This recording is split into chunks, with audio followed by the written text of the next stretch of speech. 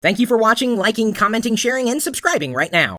There's a difference between this iPad and this iPad, but you really couldn't tell by looking at the front or the back or the weight or the thickness.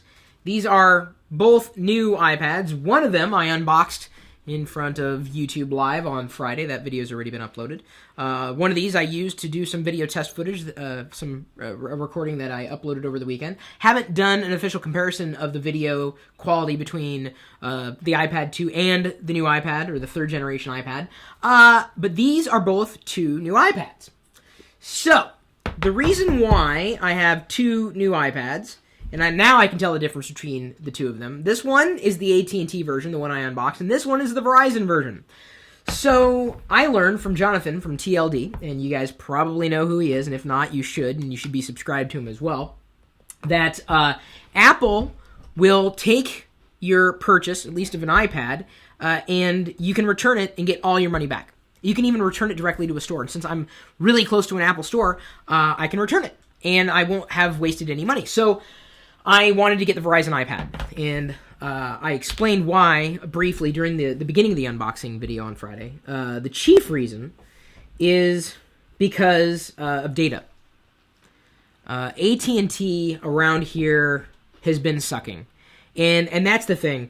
There's no clear winner between the Verizon iPad and the AT&T iPad. They're different, fundamentally. Different networks, different areas are supported differently, completely different data plans.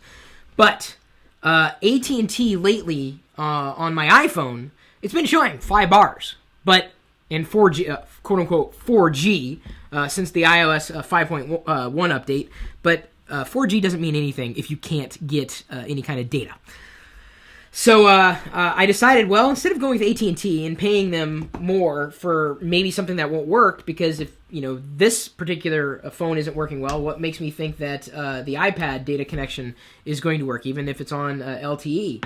I thought, well, why not go with the Verizon iPad? Because it was more, I guess, flexible. If I wanted to, I could use a micro SIM in the Verizon iPad and get on AT&T's network. I probably won't. But more importantly, the data plans that Verizon's offering for the new iPad are, in my estimation, far better for my usage model. And I don't plan on using it, as frequently as some other people might, but just knowing that I'm probably going to have better connectivity in my area with a Verizon iPad, coupled with better 4G connectivity options, coupled with Verizon allowing hotspot functionality that AT&T does not, led me to say, you know what, I'm taking the AT&T iPad back. They're giving me all my money back. I bought a Verizon iPad. So I actually bought 2 Verizon iPads, one of which I canceled. I ordered one online on Apple's website, and didn't even ship, really. Didn't even bother to ship. They had a 2-week waiting period, 2 to 3 week waiting period. Went to the mall, and went to the Verizon store. They said, no, we're all sold out. Everyone's sold out. And I was a little upset, concerned, but didn't take the salesman's word for it. I went to the Apple store, and I said, I want an iPad 64 gig black Verizon model. And they said, yep, we have some. So the Verizon store said nobody has them. And the Apple store, a few hundred meters away, said that they did have them. And I was just taken aback that Verizon wouldn't have suggested that I might look at the Apple store, considering it's a Verizon iPad, and I'd eventually be paying them if I was paying for 4G service with the iPad. It was just very curious. Either way, I walked away with the Verizon iPad. I did not return the AT&T iPad. I debated buying one, I guess, the basic level of service for 4G on the AT&T iPad and the Verizon iPad to see which one's faster. But really, those tests aren't fair because if in my area, it's going to be different from what it's going to be like in your area.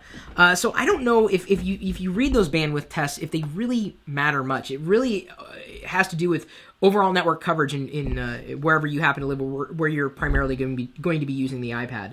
So there you go. I made the switch so quickly, and Apple made it pretty easy. I'll be returning the AT&T iPad at some point in the very near future because I have no need for it now, and it's a 64 gig iPad, so it ran me about $900 with tax and everything. And I remember what we give away. we gave away an iPad a while ago. Although, here's the thing with giveaways. The people who tend to subscribe for giveaways don't really stick around all that often. They're there for the giveaway and then they leave. And I'd rather have a quality viewer like you, who's really interested in the stuff that we have to share with information with you. And maybe this steered you more towards AT&T over Verizon or vice versa. Or maybe you still don't know which one you want to go with, if you want to go with a 4G capable model of the new iPad. But I'm interested in which ones you picked up. AT&T broke some records this weekend as well. I never activated mine, or I guess activated a 4G data plan with it. I did activate it. So my question is, which one did you go with, if you went with one? If you didn't go with one, I don't know why you watched this far into the video.